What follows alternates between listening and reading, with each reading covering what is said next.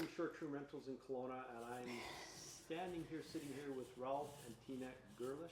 Gerlitsch, yeah. Ralph, tell us, we're here to talk about short-term rentals. Tell us a little bit about yourself. Yes, my name is Ralph Gerlitsch. I'm 65, just turned 65. And retired about 3 or 4 days ago, in a sense that we have sold our business and that we worked at for the last 4 years together, husband and wife. That was fun. And we bought in Brooklyn 2 years ago in May for the purpose of supplementing our retirement. We knew we were going to retire within 5 years. So we bought the Brooklyn condo on assignment, and look, because it was short-term rental approved or zoned for, and we looked at the whole picture and went, okay, we cannot survive on our government pensions. So, and being self-employed for a lot of years, you don't really get much. So we went, what are we going to do? So this came up, and we thought this would be a perfect situation where we don't have to rely on government funding or supplements or anything like that. We ran the papers and we went, okay, this is good. So what we did was we took a reverse mortgage on the home that we're in right now to get the down payment. Then we went and bought the condo. Everything was good. It was a tough go. We ran it for 2 years.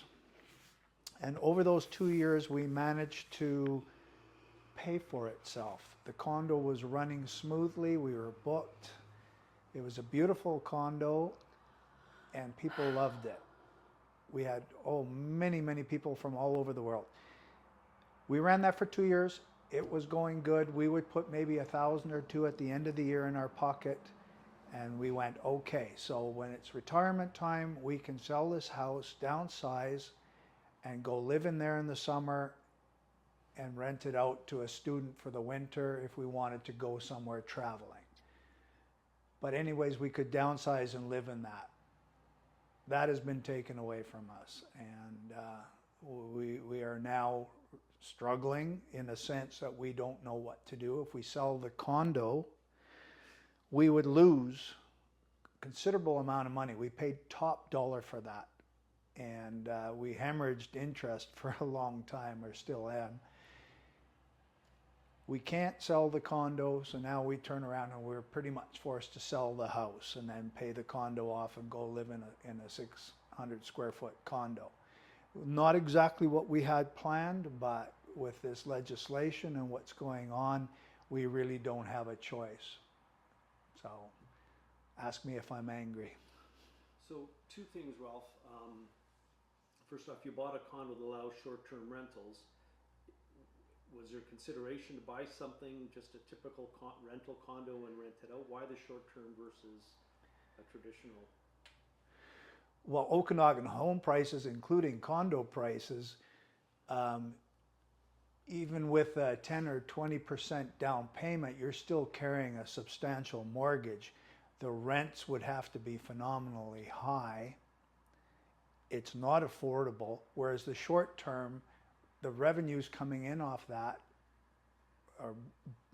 the margins are better, as well as the Rental Tenancy Act. I have a very, very close friend who's a property manager, and the Tenancy Act alone for long-term renters is horrendous. We felt that we didn't really want to take that risk, whereas in the short term, it's in and out, you get to see what's going on.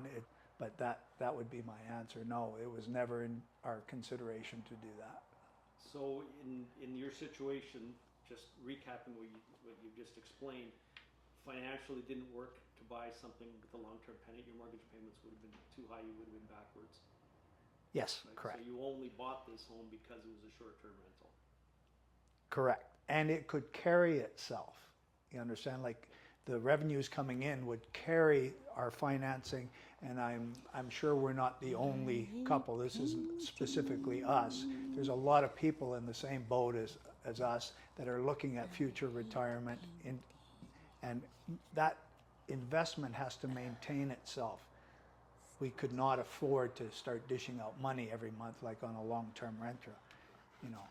If I were to long-term rent our condo at this moment, I've got the numbers sitting here on a clipboard, I would have to rent it out for $3,036 a month to pay for itself between strata, insurance, taxes, and mortgage. It's under 600 square foot. And it's a 600 square, no. I mean, is that affordable rent? Not even close. So it's, forget about it. You can't do that. So Now in saying that, you said you're making money, but by your own admission, you're not getting rich on this. And you said one or two, you're ahead a couple $1,000 at the end of the year. I think at the end of the second year, we made I think it was about $1,800 that we were above. So that to me it's beer money. You're not losing money, and you're seeing a light at the end of the tunnel, and this was a lifestyle Yes. choice for down the road. The investment was holding its own. It was paying for itself, and to me that was a good investment. So now, well, you can't. So You're fortunate that you have the ability to take that loss. There are some people in your shoes that could arguably be devastated financially and actually much, much worse off than you even are. oh, my heart goes out to them, like, wow. And again, it's because when those people that you're talking about, as well as myself, we consciously made a decision to do this because A, it was legal, B, in 2019 when short-term rental came to Kelowna, they thought it was the best idea ever. All of a sudden, no, it's not. It's the housing crisis. It's got nothing to do with the housing crisis. I can't. Speaking of angry, two things. What about the concept, the city that changed the zoning, that created this grandfather situation? Do you feel supported by your city at present, or?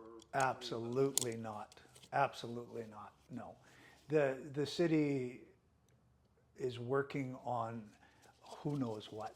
We elected these officials to help the people of this town, and I don't see anybody fighting.